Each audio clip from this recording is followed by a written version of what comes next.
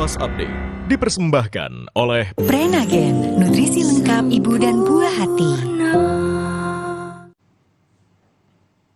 Anda menyaksikan Kompas Update bersama dengan saya, Rizona Gali. Saudara, angkutan umum terbakar di Jalan Raya Manyar, Kecamatan Sukolilo, Surabaya, Jawa Timur pada Minggu siang. Mobil terbakar saat pengemudi hendak menyalakan angkot setelah sempat beristirahat. Kebakaran melanda angkutan umum di Surabaya, Jawa Timur. Api tampak terus membesar, membakar habis angkot. Jalan di kawasan Raya Manyar, Surabaya pun sempat mengalami kemacetan. Dan kebakaran ini diduga terjadi akibat korsleting listrik di bagian membran bensin kendaraan.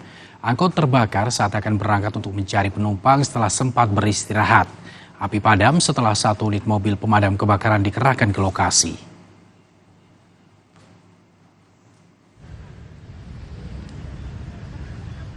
Demikian Kompas Update, saya Rizona Gali. Sampai jumpa.